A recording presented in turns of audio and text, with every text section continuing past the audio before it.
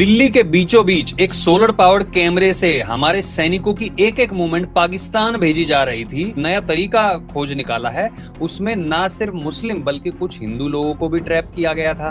वो फोटो खींच के भेज रहे थे। कौन थे वो लोग, कैसे उनको रिक्रूट किया, कैसे हमारे सैनिकों पे हमला करने की प्लानिंग की जा रही थी, सारी डिटेल में आज हम बात करेंगे। और इसी पे चर्चा करने के लिए हमारे साथ एक्स-रो ऑफिसर एन.के. सूद सर जुड़े। सूद सर नमस्कार, आपका बहुत बहुत स्वागत है। नमस्कार, बहुत बहुत शुक्रिया आपका। देखिए, एक्चुअली पुलिस एक इंक्वायरी कर रही थी आर्म्स केस के अंदर, और जाते जाते यहाँ पे कुछ एविडेंस मिल गई, जहाँ पे पुलिस ने काम करना शुरू कर दिया और ये केस पकड़ा गया कौशाम्बी गाजियाबाद के अंदर। और एक सुहेल मलिक नाम का आदमी जो मेरठ को बिलोंग करता है, वो पाकिस्तान के ऐसे के टच में था। ये जगह जगह वीडियो इंस्टॉल करता था, सोलर पावर वीडियोस को लगाता था, और साथ में कुछ हिंदुओं को इसे पकड़ के रखा था, कैमरा लगा रखे थे। और देखिए, ये हिंदू उसके लिए काम कर रहे थे। इनको 5,000 से 20,000 रुपए मिला करते थे एक फोटो खींचने के या एक वीडियो भेजने के। इन्होंने कम से कम 50 वीडियो भेजे पाकिस्तान के आईसी के इंपॉर्टेंट लोकेशंस के भेजे। इन्होंने जो सीआरपीएफ है उसके हेडक्वार्टर के वीडियो भेजे, साथ में इन्होंने बीएसएफ के हेडक्वार्टर के वीडियो भेजे, साथ में एक मेन कैमरा लगा रखा था आपके दिल्ली में कैंट के रेलवे स्टेशन पे, जहां पे आर्मी की मूवमेंट को बात कर सकते हैं।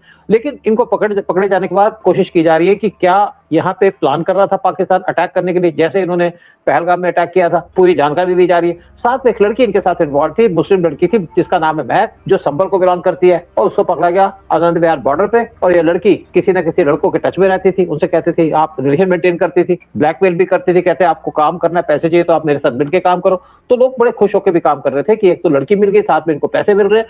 ये लड़की या ये लोग अपने नेबर्स को भी कहते थे, हमारे साथ मिलो, काम करो और आपको पैसे मिलेंगे। इनको शायद पता नहीं था कि क्या काम कर रहे हैं, या ये जानकारी थी, लेकिन उसके लिए हमें कोई मतलब नहीं है। अगर ये लोग इस टाइप का काम कर रहे थे पाकिस्तान की आईसी से, तो इनके ऊपर एक्शन तो लिया जा रहा है। इनको अरेस्ट कर लिया गया, और सारे के सारे जो पैसे भेजे जाते थे वो भेजे जाते थे सुहेल मलिक के अकाउंट के अंदर। बाकी वो आगे उनको बांटता था बाकी लोगों को, और एक प्रोपेगेंडा चल रहा था, एक प्लान चल रहा था। ये दिल्ली नहीं बल्कि मुंबई और बाकी जगह में भी इनका प्लान था, यहाँ पे इंफॉर्मेशन लेने का या अटैक करने का। तो एटीएस और साथ में आईबी इन्होंने ज्वाइन करके एक टीम बनाई इंटरोगेट करने की, और इस टाइम पे इन्वेस्टिगेशन चल रही है कि क्या कनेक्शन था इसका पाकिस्तान के साथ, और किस तरीके से उन्होंने पाकिस्तान से कनेक्ट किया। और ये देखा जा रहा है कहां कहां पे ये इन्फॉर्मेशन ले रहे थे। इनके वीडियोस, इनके जो मोबाइल थे वो पकड़ लिए, उनको स्कैन किया जा रहा है, उससे इन्फॉर्मेशन गैदर की जा रही है, और पूरा का पूरा नेटवर्क को पकड़ा जाएगा और पकड़ा जा रहा है, ताकि इंडिया की सिक्योरिटी को पूरे तरीके से मजबूत किया जाए। आपको याद होगा ज्योति मल्होत्रा जो एक इन्फ्लुएंसर थी या वीडियो बनाती, उसी को भी पाकिस्तान ने अपने कब्जे में लिया था। उसको पाकिस्तान भेजा, उसको पूरी सिक्योरिटी भी दी, और ज्योति मल्होत्रा को भेजा था इन्होंने अनंतनाग पे, और स्पेशली पहलगाम के अंदर। और पहलगाम में जाकर के उसे वीडियो बनाया, हाई वैल्यू के इनको कैमरा दिए गए थे, और वहां पे वीडियो बना करके इसने पूरी इंफॉर्मेशन दी, कहाँ कहाँ पुलिस की पिकेट्स हैं, कहाँ कहाँ आर्मी की पिकेट्स हैं। और उसके बाद पाकिस्तान ने प्लान किया पहलगाम अटैक। और जब पता चला कि ज्योति मल्होत्रा क्या कर रही है, क्योंकि जब पाकिस्तान गई थी तब भी उसमें वाच रखी जा रही थी, जब पाकिस्तान गई थी उस टाइम पे उसको हाई सिक्योरिटी दी गई थी, जिससे वो एक्सपोज हो गई। और पाकिस्तान जब गई थी तो उस टाइम पे रॉ के लोगों को बताया गया था कि ये जा रही है, चेक करो कि क्या करने जा रही है। तो उसके बाद ज्योति मल्होत्रा को पकड़ के जेल में डाला गया। अभी उसने रिसेंटली बेल के लिए अप्लाई किया था, लेकिन कोर्ट ने मना कर दिया, आपको बेल नहीं मिलेगी। और आज जो लोग जाने अनजाने में काम करते हैं पाकिस्तान के आईसी के लिए, उनको खतरा बना हुआ है, बेल नहीं मिलती उनको। और आज जिस तरीके से एक केस पकड़ा गया, उससे इंडिया की सिक्योरिटी को और ज्यादा टाइटन किया जा रहा है। पाकिस्तान अपना काम करता रहेगा, हमारी सिक्योरिटी एजेंसीज उनको काउंटर करती रहेंगी। अच्छा सूद सर, ये जो लोग पकड़े गए हैं ये आम लोगों की तरह रह रहे थे। 19-20 साल के लड़के थे, कोई ढाबे पे काम कर रहा था, कोई किसी दवाई की दुकान में, कोई कहीं काम कर रहा था। ये ऐसा नहीं है कि जैसे कि पहले पकड़े गए थे लाल किला पे, जब अभी अटैक हुआ था उस दौरान कुछ डॉक्टर थे, वो डॉक्टर तो ये भी प्लान कर रहे थे कि कुछ दवा वगैरह मिला के और प्रसाद में वो मिला के और बहुत सारे लोगों को मारा जाए।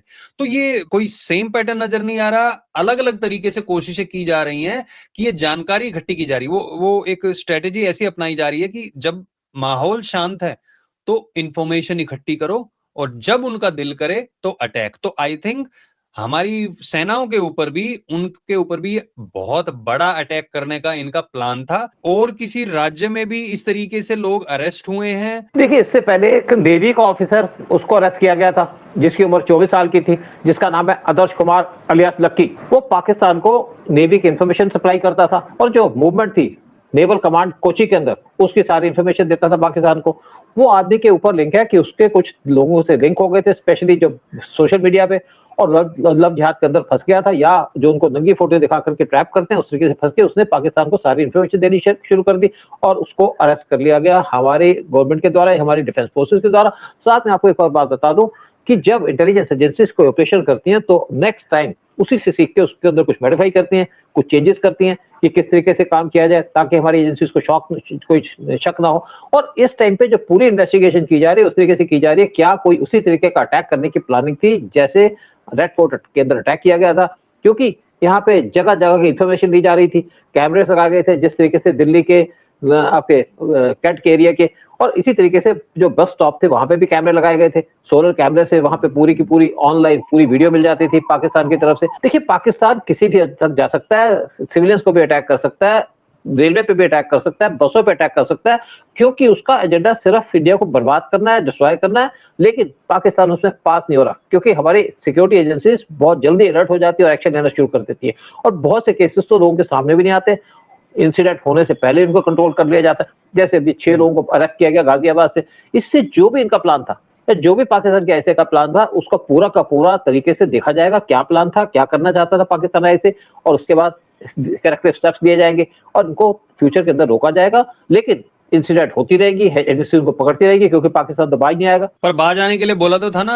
कांग्रेस की सरकार ने, मनमोहन सिंह कह रहे थे कि वहां पे वो इनको थोड़ा इलाका दे देते हैं फिर ये आतंकवादी घटनाएं नहीं करेंगे। बिल्कुल सही। देखिए एक्चुअली मैं आपको आज मैं आपको बता दूं आपको बात कि जब मनमोहन सिंह इंडिया के प्राइम मिनिस्टर बने थे 2004 में, तो 2005 में मनमोहन सिंह गए थे आपके सियाचिन के अंदर, और फिर मनमोहन सिंह ने एक प्रपोजल दी थी 2006 में, आर्मी से कहा कि आप सियाचिन छोड़ दो, तो आर्मी के जो चीफ है उन्होंने इसके ऊपर ऑब्जेक्शन दिखाई, तो शोर मच गया, तो मनमोहन सिंह चुप हो गए।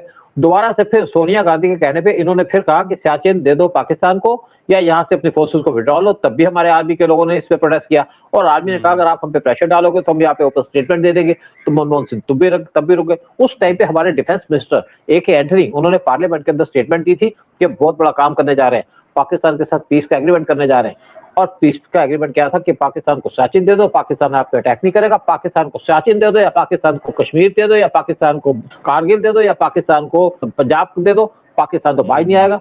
पाकिस्तान का जो मेन प्लान है वो है गजवा हिंद, हमसे पहले आधी जमीन छोड़ करके पाकिस्तान बना लिया, अब वो इंडिया में कब्जा करना चाहता है। आपको याद होगा जब 1965 का पाकिस्तान ने इंडिया पे अटैक किया था तो पाकिस्तान काफी स्ट्रॉन्ग था क्योंकि उसके पास लेटेस्ट आर्म्स एमुनिशन थे जो उसको अमेरिका ने दिए थे, यूरोप ने दिए थे, कनाडा ने दिए थे, और तभी उसने इंडिया पे अटैक किया। तो उस टाइम पे पाकिस्तान के जो प्रेसिडेंट थे अयूब खान, उन्होंने कहा हम अपना जो ब्रेकफास्ट है वो करेंगे अमृतसर के अंदर और अपना लंच करेंगे करनाल पे, और हमारा जो डिनर होगा वो होगा लाल किले पे। यानी कि उनका इस टाइम पे पूरा प्लान था लाल किले पे कब्जा करना। हमने उनको जमीन तो दे दी लेकिन बाज नहीं आई। इवन जब 2010 में मनमोहन सिंह, तो उन्होंने कश्मीर की विजिट थी और वहां पे जाने से पहले उन्होंने 25 मिलिटेंट को छोड़ दिया था, और वही मिलिटेंट है जिन्होंने अटैक किया था पठानकोट पे, और वही मिलिटेंट ने अटैक किया था पार्लियामेंट के ऊपर जब अटल बिहारी वाजपेयी की गवर्नमेंट थी। तो पाकिस्तान तो बाज नहीं आएगा, चाहे आप इनको अपनी जमीन दे दो, चाहे अपनी सारी इनकम दे दो, चाहे अपनी सारी इनको जो भी आपकी प्रॉपर्टी है उनको दे दो, पाकिस्तान सिर्फ एक तरीके से बाज आएगा कि पाकिस्तान को खत्म कर दो। और ये यही इस टाइम पे प्लान चल रहा है इंडियन गवर्नमेंट का, मौका देख रही है कब पाकिस्तान को खत्म किया जाए, कैसे, जब पाकिस्तान को तोड़ा जाए तभी पाकिस्तान बाज आएगा, अदरवाइज पाकिस्तान कभी बाज नहीं आएगा। पाकिस्तान बाज नहीं आएगा, ये बात आपने बिल्कुल सही कही। और जब भी ऐसी हरकतें करेगा आतंकवाद फैलाने की तो हमारी सरकार उस पर एक्शन लेगी, और ये दिखा भी दिया मोदी गवर्नमेंट ने। तो जितने लोग भी देख रहे हैं उनसे भी पूछना चाहते हैं, आप लोग क्या सोचते हैं कि ये जो चीजें की जा रही हैं, क्या हमारी जो ओपोजिशन ये भी कहीं ना कहीं इनडायरेक्टली भी इन लोगों को क्या सपोर्ट करती है? अगर आज राहुल गांधी जैसा निकम्मा निठल्ला आदमी देश का प्राइम मिनिस्टर बनेगा तो आप सोच सकते हैं देश का क्या हाल होगा। ये देश को बेच देंगे, देश को क्रिश्चियन बना देंगे, देश को मुस्लिम बना देंगे, लेकिन देश को देश नहीं रहने देंगे। आधा हिस्सा दे देंगे पाकिस्तान को, आधा दे देंगे चाइना को। आप चले जाएंगे लंदन या इटली, बाकी यहाँ के लोग मरे भाड़ में जाए, इनको कोई लेना देना नहीं है, मतलब नहीं है। ये देश को बर्बाद करने आए हैं, देश को बर्बाद करना चाहते हैं। देश को कांग्रेस ने जिस तरीके से लूटा है पिछले 60 साल से, वैसे कोई लूट नहीं सकता। चलिए, लोगों से निवेदन है कि इस वीडियो को लाइक और शेयर जरूर करें, कमेंट सेक्शन में अपने विचार रखें। और सूद सर बहुत बहुत धन्यवाद आपका भी आने के लिए, सारी जानकारी देने के लिए। जय हिंद, जय भारत। जय हिंद, जय भारत।